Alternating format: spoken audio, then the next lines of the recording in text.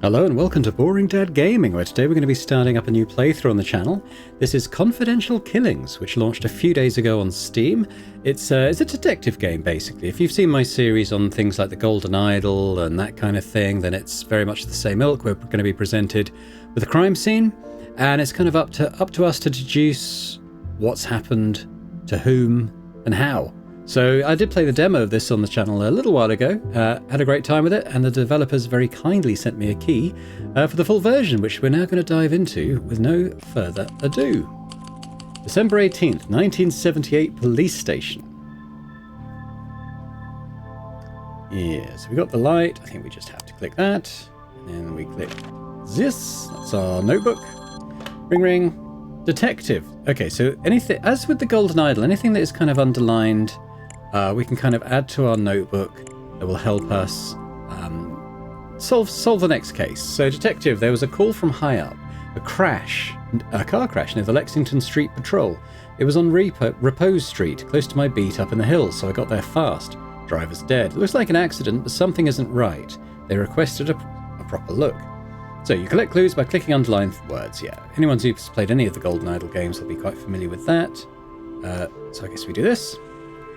Patrol says there has been a car crash on Repose Street. The driver is dead. The call came from high up, so I am taking a look.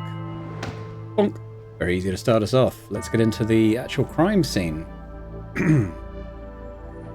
During your night shift, a call came from above. A patrol officer reported a crash in the hills, one fatality. They said it looked routine, but someone important wanted eyes on it.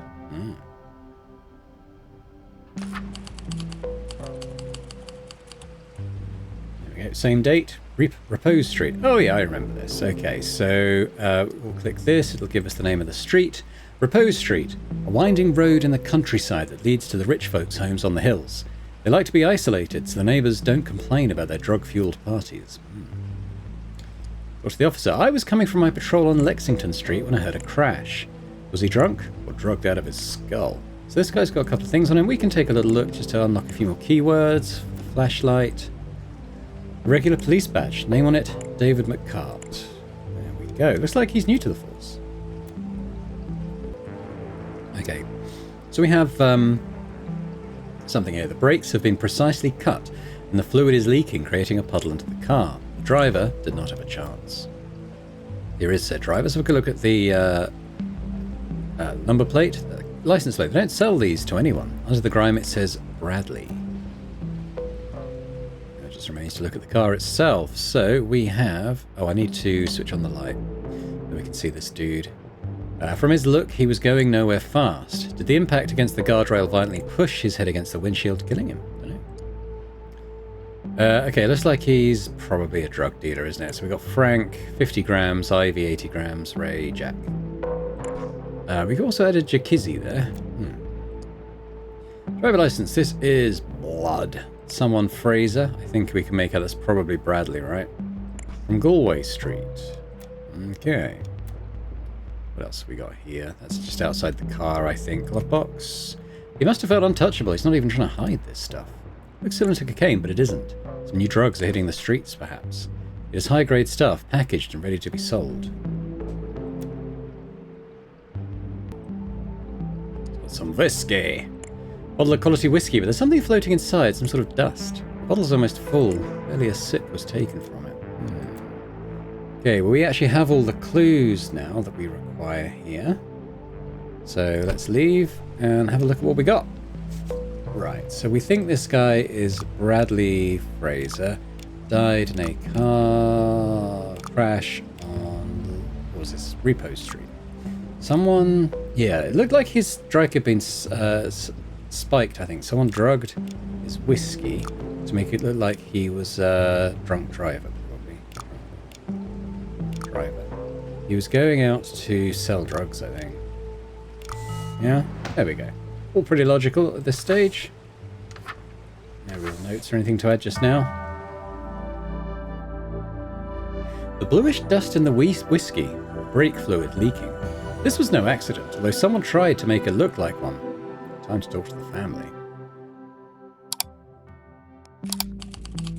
December 18th, same day, we're going to Mansion. got a bit more of a complicated scene this time, I think. Why don't we start with this lady? Is Bradley really gone? He's the light of my life. What's she got? She got a small ornate key for the medicine box. Beautiful silver ring, simple and elegant, a very classy piece of jewellery. Dear Mrs. Layman, I feel terrible at the thought of leaving you alone tonight, but it was impossible to find any other nurse to take my place on such short notice. But Mr. Fraser really insisted that I go visit my sister tonight, even though I told him there was no need. Little flus, nothing to be concerned about, but he was adamant. Please remember to take the new medicine the doctor prescribed, in the doses he wrote on the prescription. I left my sister's phone number on the back. Don't hesitate to call me for anything, please. I know you never want to disturb me, but that's what I'm here for. Our friendship goes beyond my job, and this is Shirley Flores. Okay. We've got some books. An eclectic array of books. They include Dominic Fraser's Mind and Body, Total Control of the Mind and Distress. Conks on Pax by Alistair Crowley. So I think on the comments to the demo video, someone said that these are all, apart from Dominic Fraser, who's an in-game character, these are existing books. I mean, I know I've heard of Alistair Crowley, obviously, but I think Ezra Monarch and Bella Ward are real authors as well. We've got Murder the Weakness, again by Dominic Fraser. I have this medicine box here. An elegantly carved container made of dark ebony appears to be used as a medicine box. Now we have a small plastic container for medicine, only 3 pills remain. Mrs. Layman, remember these are the strongest sleeping pills on the market. I'm giving you a week's dosage, take only 1 per day. And I think the clue here is that she's got a week's supply. I guess today is Wednesday, but today may be Tuesday, I'm not sure. But she's taken 3, and so there should be 4 remaining. But if we click on the bottle, there's only 3 pills left. Suggests that 1 has been taken, right? What have we got here? Classical Hollywood portrait from the late 50s. It appears to be a publicity shot for the movie Gift of Nature. We've got Clarice Layman, who I think is this lady here. What's this? A pop-art piece, probably very valuable. Its meaning is obscure, but there must be some substance underneath it to be shown in such a prominent spot. What book have we got? Sabotaging and Seducing, written by Ezra Monarch. Based on his best-selling novel Thief's Romance, advanced copy for Katie Keller. Now, I believe this is Katie. What dreadful news, and to think that the night had started so well with Mr. Fraser giving me advice on a possible future role. My dear love, I did everything in my power so that we could work on the play together. I pray night and day that it'll become a reality. Forever yours, Patrick. Cosmopuritan. A war hero turned media mogul to produce Monarch's latest play. I have full creative control, says the renowned author. So that's this dude. Men look good in pink. The latest fashion statements by actor Reese Hopkins. Augustus Whitney leads a campaign based on morals and family values. But is it true what they say about his mistress? I don't know. Medals. 4 medals from the Korean War, framed and polished. Certainly not an ordinary soldier we're talking about here. It is war hero material. And finally, Fraser. My son's death was tragic and my heart aches for the loss. But as I teach in my books, I can't let this tragedy dominate me. This is from a certain Diaz. Mr. Fraser, I know that I have a huge debt of gratitude to you that I'll never be able to repay. But for 9 years, I worked for you, doing everything that was necessary, everything with no complaint. I fix the roof, I wash the cars, I do the garden, I help the wife with all the medicine, I do it all. But please, I implore you, let me go. I cannot explain why now.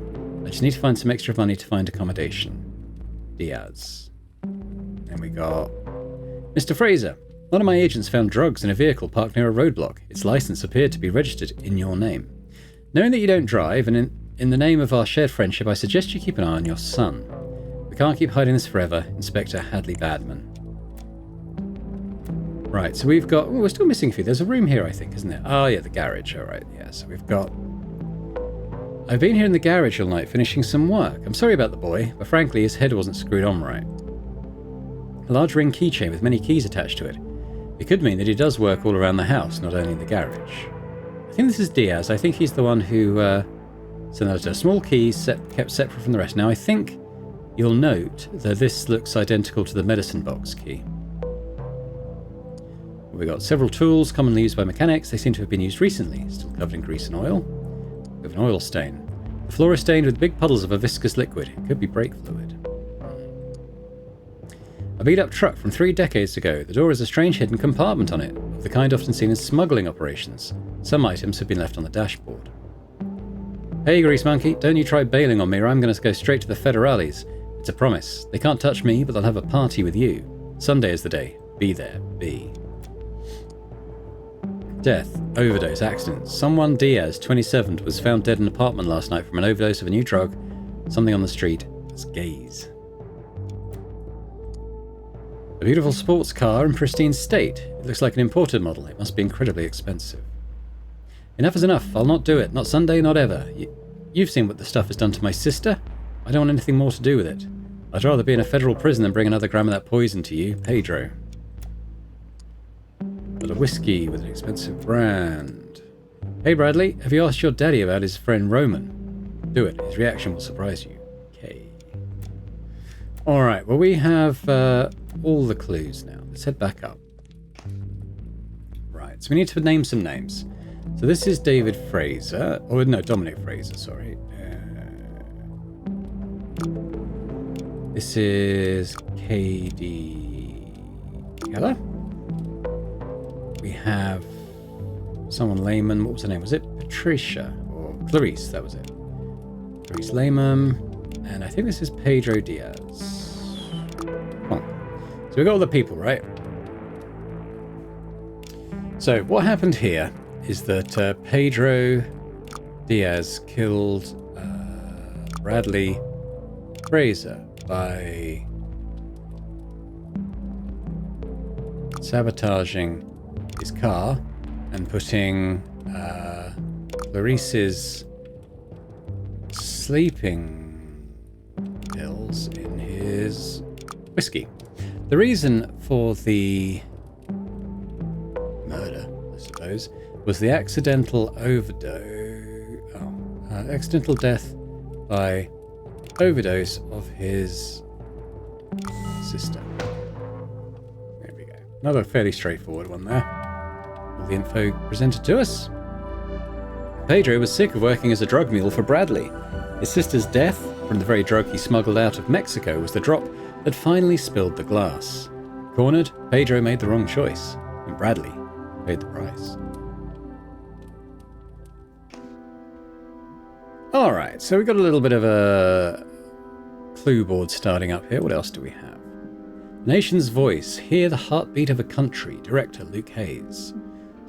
Tragic car accident leaves dead son of philanthropist. Bradley Fraser, son of war hero and magnate Dominic, lost control of his car due to the heavy rains and killed himself on the guardrail. A drugs epidemic. Interview with expert David Byrne. Don't believe all this sensationalism.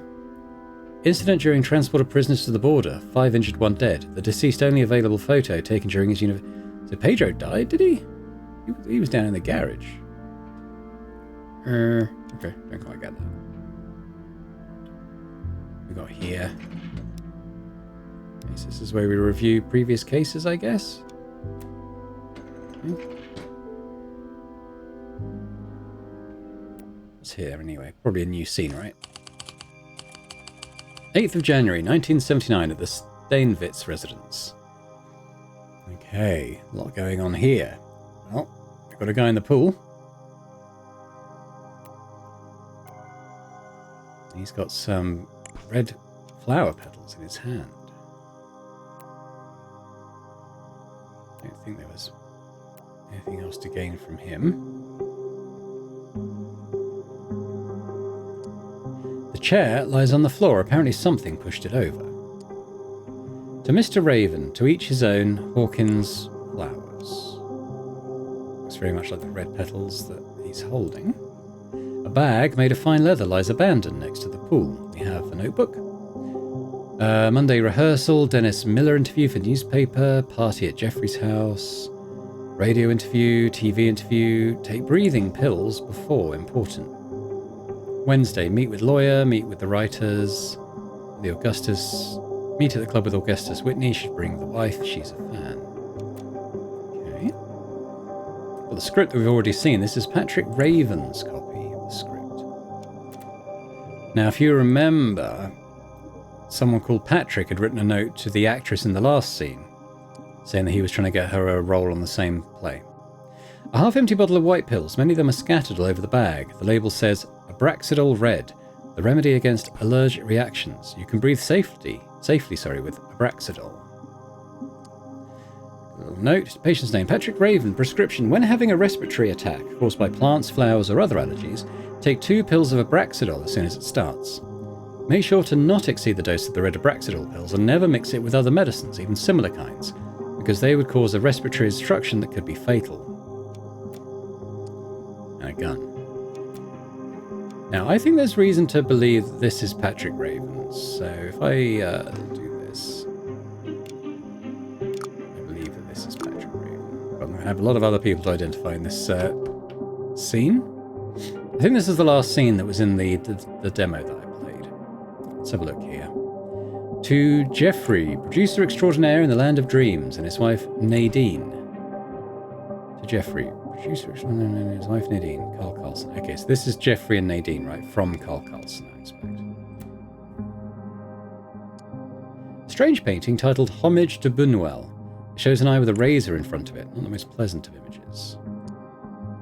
We got a noise complaint. Didn't expect to walk into this. They're not dead, just out of their heads. Some kind of drug hit them hard.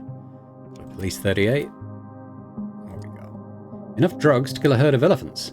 It could easily be mistaken for cocaine, but it's something else. Next to the open packets, lines ready to be sniffed. These people seem to take drugs on a regular basis. A record by Troy Dixon has been left on the player, the stylus scratching its surface. The side should be swapped, but the residents are too high to notice. Alright, let's look at these guys. This man's on a bad trip, covered in sweat, dilated eyes, apparently oblivious to what's going on around him. He's muttering something unintelligible to himself. Fresh cigarettes not opened. Lighter.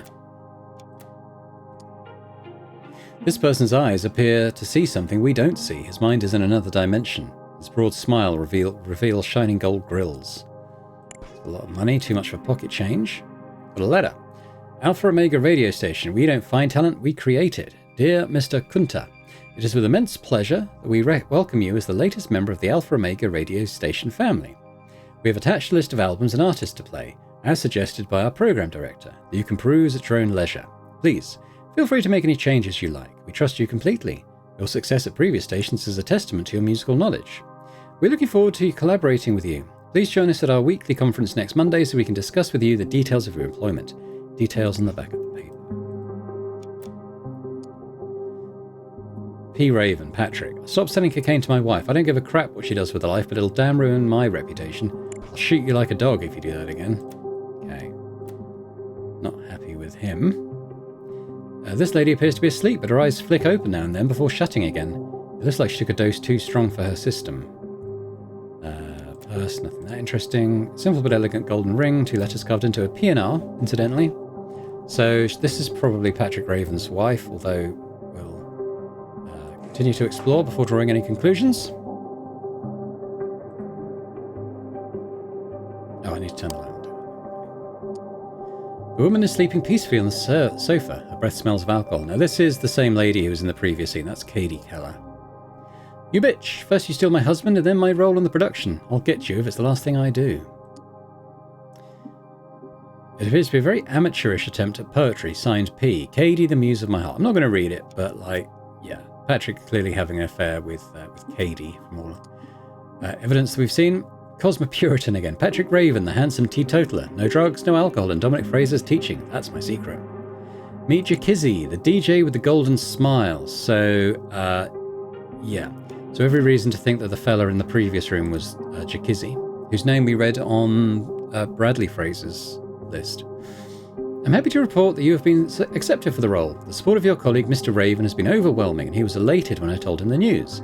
I'm afraid I'll not be at the party, because such occasions are a burden to my temperament after my recent loss. This is from Dominic. But please feel free to communicate my approval to our producer, that is this guy. When you see him tonight, you'll be able to celebrate together the good news and discuss the role. You're a rising star with a bright future, my dear. Dominic Fraser. Okay, so what else have we got here? Cast of characters. Ruth Acker was Ivy Otter, is now Katie Keller. Hugh Culpepper, Patrick Raven. Isaac Claydon, not sure. Secondary characters. So Katie and Ivy have switched roles, you'll notice. Alistair McIntyre, Finley Powell, other characters to be decided. Now if we go back to this note. First you steal my husband and then my role. So I think it's reasonable to conclude then that Ivy is Patrick's wife. A bookcase containing mostly the latest editorial successes. We've seen sort of those names before. Bottle of imported wine almost gone. Trace's lipstick visible on the glass. Mr. Stenowitz, so glad you liked my screenplay, blah blah blah. Mr. Note to Secretary, find his name, I can't read his stupid signature. Your screenplay is really interesting, add nice adjectives, and the style is so close to Monarch's it would be perfect, blah blah blah, yeah, okay. But insincere. Not that surprising for Hollywood. A framed award to Jay Stenowitz, the Best Producer Award for Lying Like a Sleeping Dog and Ranger in Utopia. Okay. Let's head back to this room. So let's start putting some more names to faces. Don't know. This is Ivy Otter, I think. This is... Oh. This is definitely Katie Keller. Oh, I haven't got her name yet. Fine. Right, well this is Jeffrey Stanowitz. This is Jakizzy. I don't know if that's a first or last name.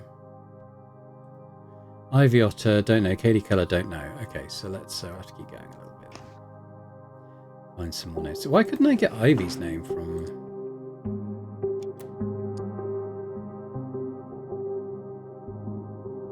Huh. Or Katie Keller. It's weird I couldn't click their names from there, isn't it? Oh. Enough alcohol for an entire army to get drunk. Not the cheap kind, either. There's another room to go, so let's pop over here. We've got a fella here. His mouth is covered in saliva and vomit, enough to make him suffocate and die. His arm is filled with marks. On his t-shirt it says, "You don't know Jack." I told you to stay away from my house. I can't hang with people like you in public. You're a PR menace. I'll shoot you if you come near me. He's threatened to shoot people a lot, isn't he? Empty packet of cigarettes. Guy's clearly a smoker. Alright. Half-finished drug packets left in the bathroom sink. Someone had more than enough. Oblong wooden cabinets stuffed with essentials. We've got Braxidol, red pills, medicine container empty, and some toilet roll. Oh, that was something as well. I'm still missing like 11 clues. Why am I not getting them?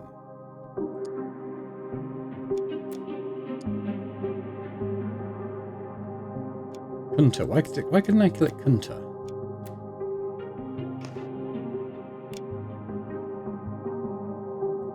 Weird. Okay, what am I kind of missing?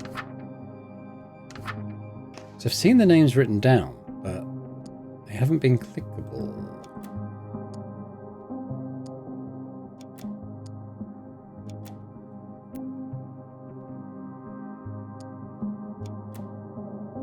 Just gonna have to sort of click on stuff again, really.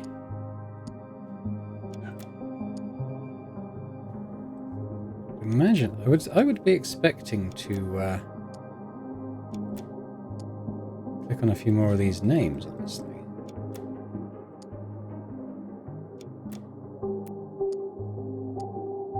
Oh, they're in his pocket. Okay, party invitations list. Patrick Raven, keep pills in bathroom for him. That'll be the red ones. He phoned his wife. Phoned to say he'll bring his wife Ivy Otter. Katie Keller to discuss a new role in the play. She'll come directly in the office. Bradley Fraser, he's dead. DJ Kunter, okay, that DJ friend of Brad, he'll probably bring the stuff in his place. Jack Potter, don't let this guy near alcohol or drugs. Remember how that party ended at the Frasers? I think that's the guy in the bath. By process of elimination, the other guy must be Finley Powell. We can need one more clue. Don't think there's anything on this page. Here we go, Martha. Hey Jeff, you old rascal, remember that favour you owe me? Now it's me in need of a hand. I found this actress called Martha and she's a beauty. She just needs a big break. She'd be perfect to fill a small role in your play. You wait and see her, then it's going to be you who'll thank me. Let's have a drink soon at the usual place and discuss this. Your pal Alex. Say hi to Nadine for me. Okay, let's go back to this room then. So I think we got everything there we need to put this together. So this was, what, Finley Powell, wasn't it?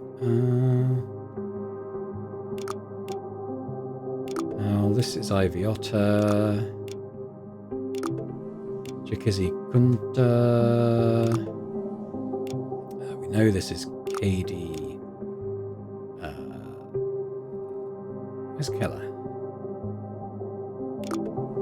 And this is Jack Potter, I think it was. Yeah, we got all the people. So the dead person is Patrick Raven. So we're gonna have to say Patrick Raven. Who killed Patrick? I think it's Ivy. It was killed by Ivy Otter. The killer sent him flowers to cause an alert. Yeah, so he's allergic to flowers, which made him take his pills, but they had been swapped with a different kind found in the bathroom, I guess. This caused Patrick Raven to suffocate and fall into the pool. The reason for the killing is the victim's relationship with Katie Keller, who used him to obtain a role in the latest play. There we go. It was revenge. He had it all, the looks, the talent, the money. Patrick even lived a teetotal life, but his wife was jealous and she knew where to aim. All it took was a bouquet of flowers. The drugs, too, made a victim. The guest was found dead from an OD. Also, the guy in the bath was dead as well. Alright. What's this? The transcript of the primary suspect's interrogation. A stamped note was also recovered during the search. Alright, so this is from the scene we just did. Transcription of Ivy Otter's confession. Even though she appeared in an altered state, the medical report said that there was no trace of drugs in her system. A lawyer found the confession admissible. You admit to the killing of your husband, Patrick Raven? Yes. He's betraying me with that slut, Katie Keller. I had to kill him. You could have asked for a divorce. I tried. My lover wanted me to. But Patrick, he refused. He's a tyrant. He has his image to protect. Note, she kept referring to her defunct husband using present tenses. You mentioned a lover. Who's he? I don't want to get him involved. He's nothing to do with my decision. When did you first decide to kill him? She appears confused. She stutters, has trouble finding the right words. I don't know. I got the news that I lost my role. I was so down, so depressed, and that's when I first tried it. It? You mean the drug? Yeah, gaze. Jakizzy got me into it. I started taking it regularly in stronger doses. My stupid husband thinks it's cocaine. Huh.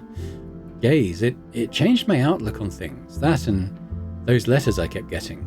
Like this one? Yeah, what about Patrick? Have you interrogated him? Is he lying about me as always?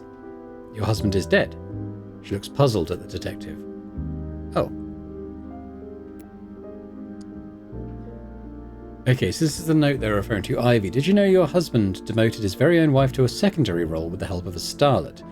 I certainly wouldn't let a thing like that slide. And again, we've got the same signature we had in the previous scene. I can't remember the nature of the note, but it seems to be someone kind of passing on the secrets, doesn't it? I wonder why I've just got the car crash one in there. Okay, it's a new newspaper. Actor Patrick Raven's death attributed to an allergy. A tragic accident, concluded Dr. Ronald Burton. The disappearance of his wife Ivy Otter? She went aboard to grief. Why she disappeared? Jeffrey Stenowitz. Finding a replacement for Patrick won't be easy. He was a man of integrity. Jakizzy Kunta, DJ sensation. In a world where automatic radios are starting to become a reality, guys like him are keeping the medium alive. Radio station Omega looking for new talent. That's probably it. Should we take a look at the next one? No, I haven't played. That's as far as the demo went, so I haven't ever played anything sort of beyond this point. Horizon Theatre. Okay. Let's see. Well, we better take a look at the victim first. This looks like that, I forget his name now. He was in the previous scene. Was it Patrick something? No, Finley something, I think. The man lies dead on the floor in a pool of blood. A light but sharp metal sword is planted deep in his chest. Small key found in his pocket. You're supposed to say the words like they're written on the fucking script. Do not make up your own mediocre dialogue. You are not the writer. I am. Remember that. I can get people hired and I can get people fired. Actors are exchangeable. Writers aren't. Stay in your place. Don't cross the line or there will be consequences. Hey Finn, yeah, Finley, whatever his face was. I sent that letter to Jeffrey. He won't complain anymore about giving you a raise after he reads it. You owe me, big pal. Baxter and Gillespie Law Firm. And a sword. The sword, light but made of metal, is planted deep in the man's chest. It has hit the heart with uncanny precision. The light sword is laying on the floor next to the man's hand. Despite its realistic look, it is harmless. It is made of plastic and the blade is retractable. No more dangerous than a toy. I handle security around the theatre, but it's mostly psyched fans and simple stuff like that. I called an ambulance, but I'm afraid it's too late.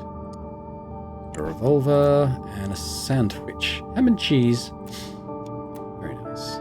Who we got here? Is he dead? But the sword is fake. This can't be. Is that Kate? I think that's Cady. Instructions, Miss Keller, yeah. When using the sword, remember to push it hard against the centre of Powell's jacket. Don't be afraid. The retractable blade is made of plastic, so Powell is in no danger. Finley Powell, that's it. We are hiding a small red paint bag underneath his shirt. Make sure to hit him hard at the right spot so the fake blood can come out right. Moreno will be available for clarifications. As you know, theatre now has to compete with cinema and its realistic violence. People expect blood even here. They don't know how to use their imagination anymore. EM. So the writer of the play was Ezra Monarch, I think, so that suggests that that's who that is. This wasn't in the screenplay, was it? I would have known, otherwise I wrote it. It's a good scene, though. Very meaningful. Should we add it to the play? That last play of yours was a disaster. The production's in the red. We're only breaking even because of outside investments. You may be a pro at novels, but both theatre and cinema are different. Find some way to create some publicity, you hack, or else. This is Jay. That's probably Jeffrey, the producer. In the previous scene. Yeah, so Ezra Monarch, he's EM. And then the producer, Jeffrey Stenowitz. For position, see diagram, exterior. Well, I'm not going to read all of this. This is his play, though. I'll add the stage notes. Add line for DD here. Or Dorothy Darlington. Blood squibs? Do we really throw the wig? These things are expensive. And a small quantity of gaze, the creative drug. The woman appears to be in shock, gasping for air.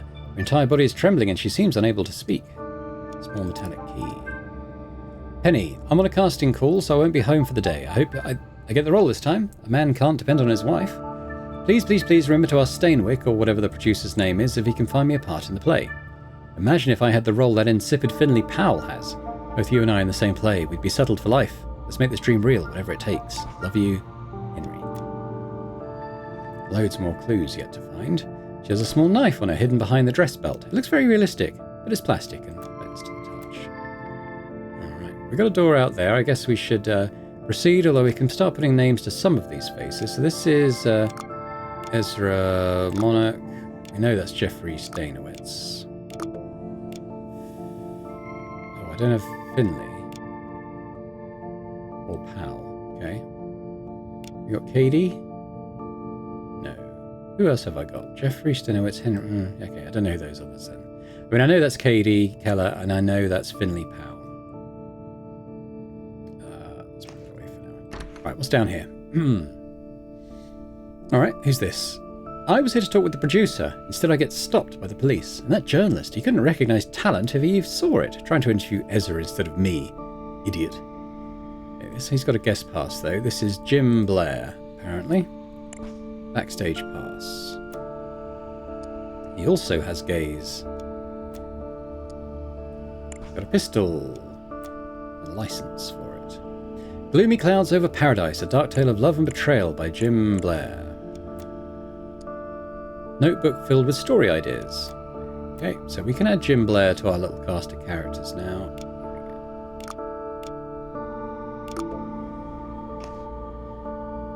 Jeffrey we got, but what's he holding? What a mess. This could either be the greatest publicity stunt or destroy us. Can I talk to the press about what's happening, or would it hinder the investigation? Key.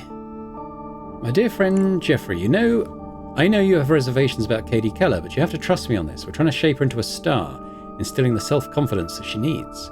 Your last two shows have been a failure, but I didn't mind, despite my big investments in them. And I think we'd both rather forget your latest cinematographic flops. But this play has got to be a success, and Miss Keller is key to that. We invested a lot in her. Let's keep our eyes on success, not hold grudges or revenge fantasies. Mr. Jeffrey Stenowitz, we're writing to you on behalf of our client, Mr. Powell. We have found severe irregularities concerning his work for the Stanowitz Theatric Company. Attached to this letter are a cyclo-styled copy of his hiring contract, blah, blah, blah, blah, blah. Okay. Nothing there with his name on. Why shouldn't the choreographer and costume designer, and only sane person in this group of idiots, get royalties from his work? Without me, people wouldn't even know where to put their feet on the stage or what to wear on said feet. They don't want to let me in. Imagine that. Powell refused to see me when he was alive. Now I can't get to him when he's dead either. This is a press guy. Pass that says press and D. Miller. Okay, Cosmo Puritan, Ivy Otter again. Raven, Kate Keller, no. Interview. I need to investigate Monarch. That guy's such a phony. Can he even write? Nothing clickable there. Oops. Hey, it's Troy. I'm leaving you a note at Alpha Omega. Remember when I first met? Blah, blah, blah. My fiancée is working at the theatre and doesn't believe enough in her abilities. Troy. Okay. Would do the world a good if you talk to a journalist. You don't need to write an article or anything. Just chat with her like you did me. She just needs a confidence boost. What's all this racket? Me? I stayed here the whole time waiting for Martha to try on her costume, but as usual, she's late. To my true love, Io, Ivy Otis. This is Ivy's lover that she didn't want to name. The poisonous snake Katie is trying to steal my role. Can you believe that? You're my only solace in these troubling times. Come see me in the dressing room before closing time. So that's from Ivy. Okay, so... I shouldn't have Finley. Don't know. KD. This was... Miller. D. Miller, wasn't it?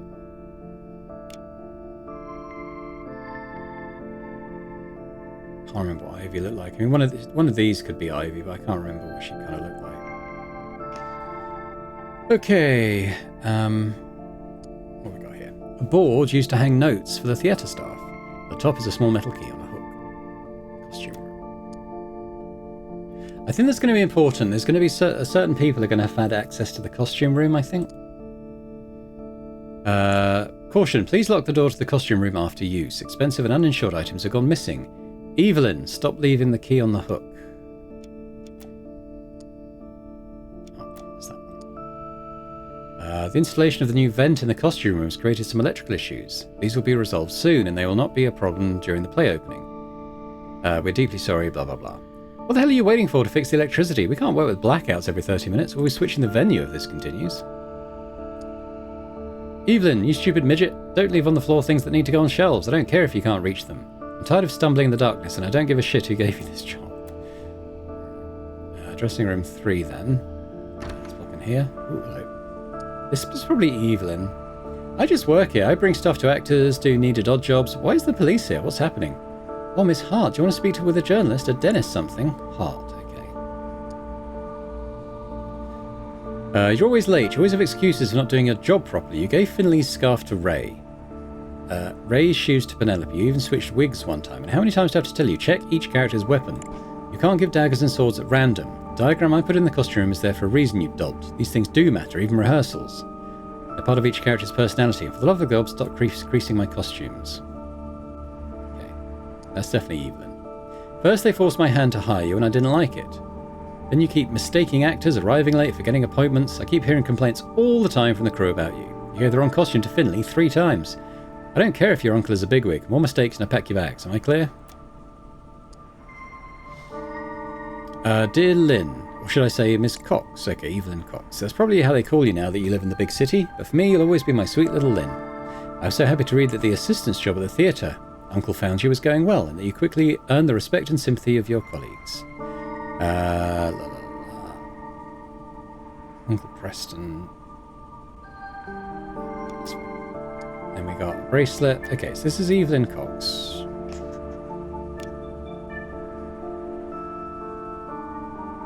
Where's Evelyn? Have I not got the name Evelyn? I thought I did.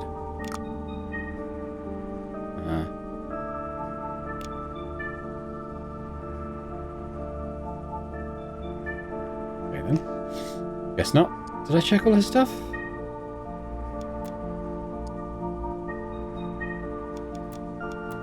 Was it not on the... Guess not. Alright, what else have we got here? Ooh, Marjorie Hastings. Martha Hart's requested changes to her costume. The dressmaker I usually commission these things was closed, so I had to work extra hard to make all these last-minute changes. You're welcome. If little Missy is late at rehearsal, don't blame me.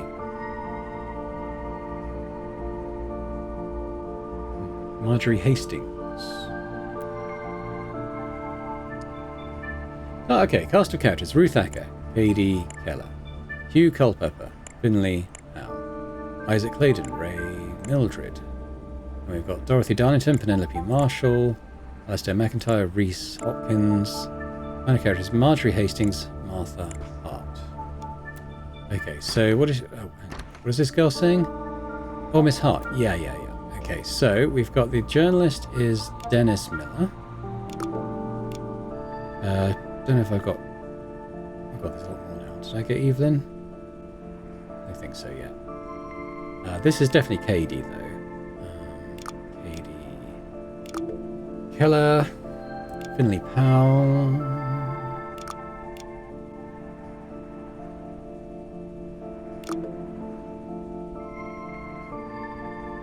This is something Hart, isn't it?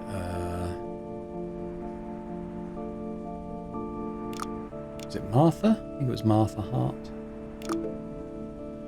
Okay.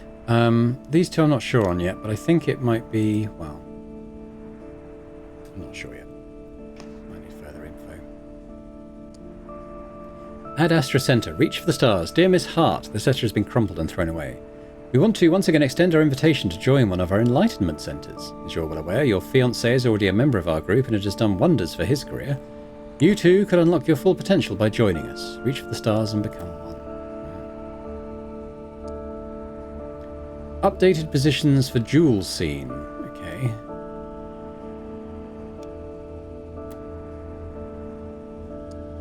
Woman's bag been left on the desk. It looks similar to a model from an expensive brand. The logo is wrong and it's made of fake leather.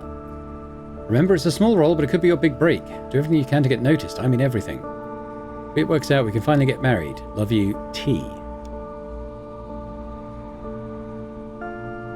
Yeah, Troy... something, I think.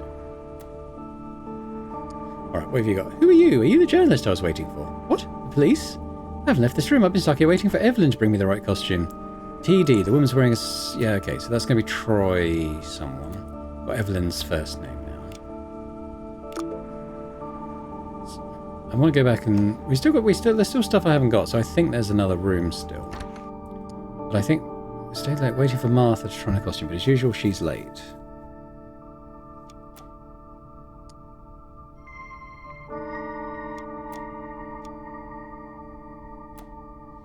I think he's Troy. I can't remember where I saw him. Ah, hi, it's Troy. My fiancé is working theatre and doesn't... Yeah.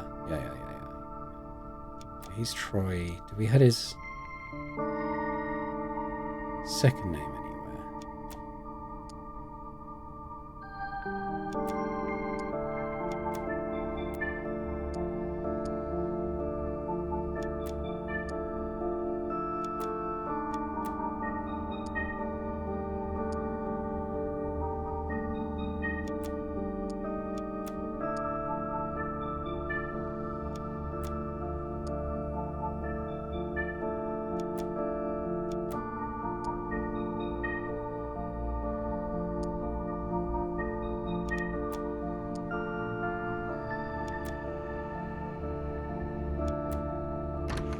Sure, I've seen his name somewhere else. I just want to kind of check through stuff I've already read.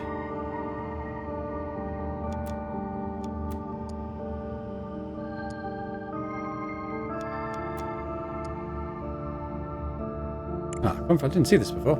Enough of this bullshit about historical realism. Do you know how freaking hard it is to find these costumes? Last time I had to go to a museum, for Christ's sake, and beg them to loan us the props. It's a play, not a historical reconstruction. From a guy called Tommy Moreno. Now you ask for blood squibs, even in rehearsals, knowing full well how hard they are to wash from clothes. Answer your damn phone, I'm tired of leaving notes for you. Okay.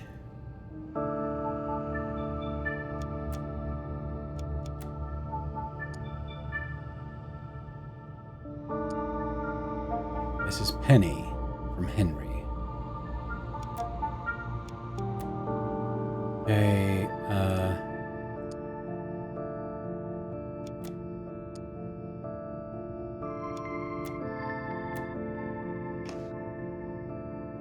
oh, she's not one of the ones I've got to find. Okay, fair enough. Okay, then what have we got out here? Click. Okay, Ruth Acker, Hugh Culpepper, Isaac Claydon, Dorothy Darlington, Alistair McIntyre from Tommy Marino. What if that guy outside's Tommy Marino? Probably makes more sense, doesn't it? And a T could be Tommy, couldn't it?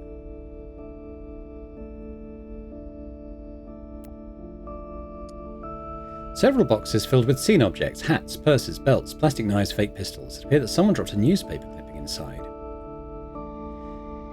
Ivy Otter's disappearance, not everything as it seems. Revelations from an anonymous source suggest the actress was arrested. Yeah, I thought she didn't disappear, we just arrested her. Yeah. A short window close to the ceiling that provides air to the room. So there was something about a vent earlier, wasn't there? We'll have another look at that. It's covered with metallic bars. A prop sword lies on top of the windowsill in the grate. Was someone trying to get rid of it in a hurry? Maybe. I think that's all the clues now. Rows of racks with clothes from various time periods and fashions. Several are missing, probably being used on the scene right now. So I think he's Tommy Marino. I think he's the costumer. So let's do that.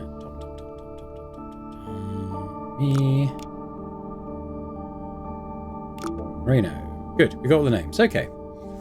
Now's the tricky bit.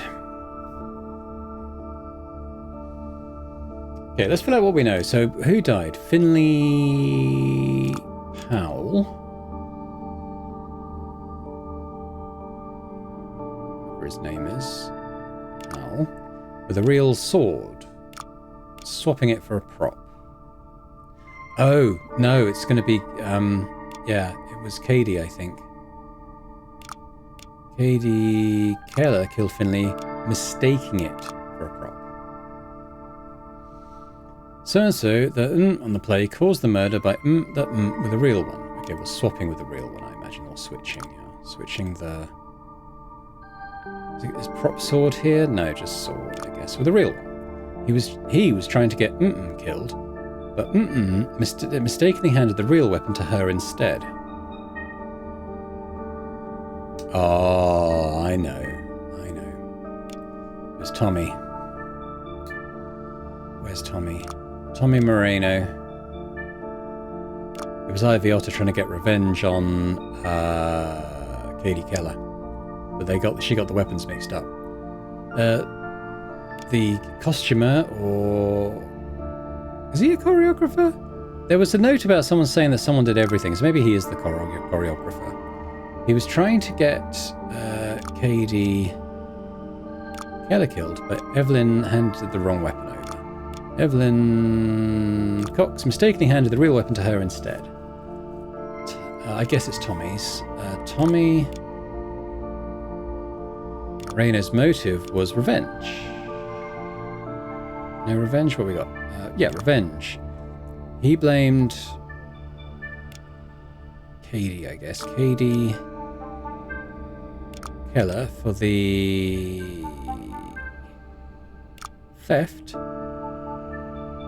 Theft? Don't know if theft works. Betrayal of his lover. Leviathan. That's what I think happened. One clue away. Okay, so what are we unsure about? I don't know about betrayal. For maybe the arrest. Aha, correct. Fill in the details. What we got here? Oh, okay. I should connect the role to the name of the character. All right, I need to go and have a look at the diagram again. Not there. It was in the costume room, wasn't it? Okay, so Ruth Acker is this one.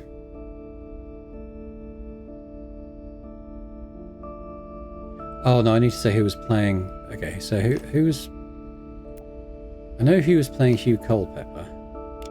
That was Finley.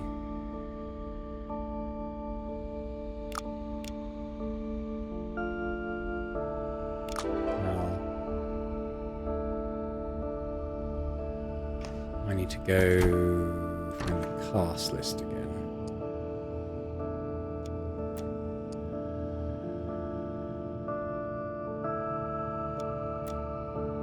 Forget what the cast list was now.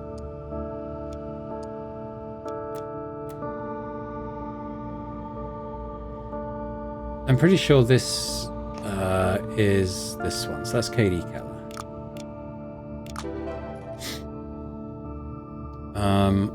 I guess this was probably Martha.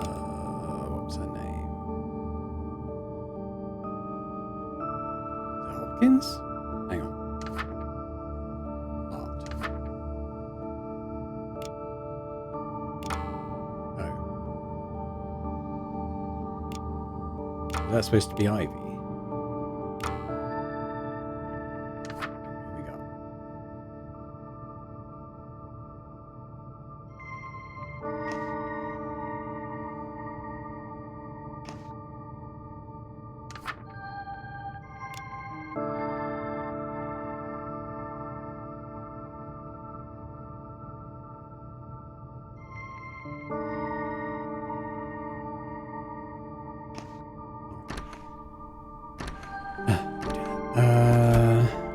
Here we go. So we got those. This is Isaac and Dorothy we're looking for. Isaac's the man, Dorothy is the woman.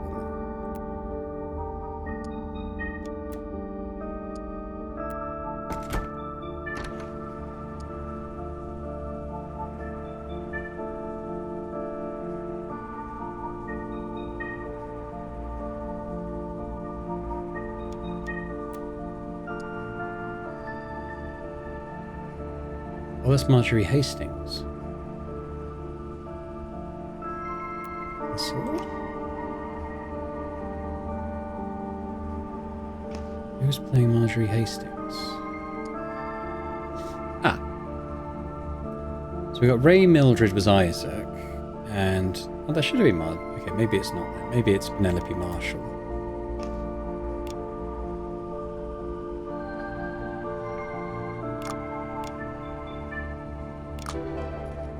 And I've already forgotten what I said here. I have to go back and have a look. Ray Mildred.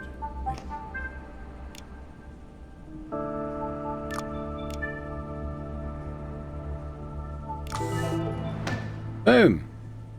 That was cool. A lot of moving parts on that one. He wanted revenge for his lover. A switch prop turned performance into reality. The plan failed. The wrong person paid for it.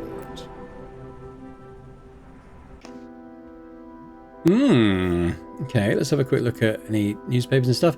Is there a curse? Bad luck continues to plague the cast of Sabotaging and Seducing. Another sad accident happened on the stage during rehearsal. Hadley Badman, this is the police guy, isn't it? To be the future chief of police? There are more deserving candidates than me. Theatre crew books an entire hotel.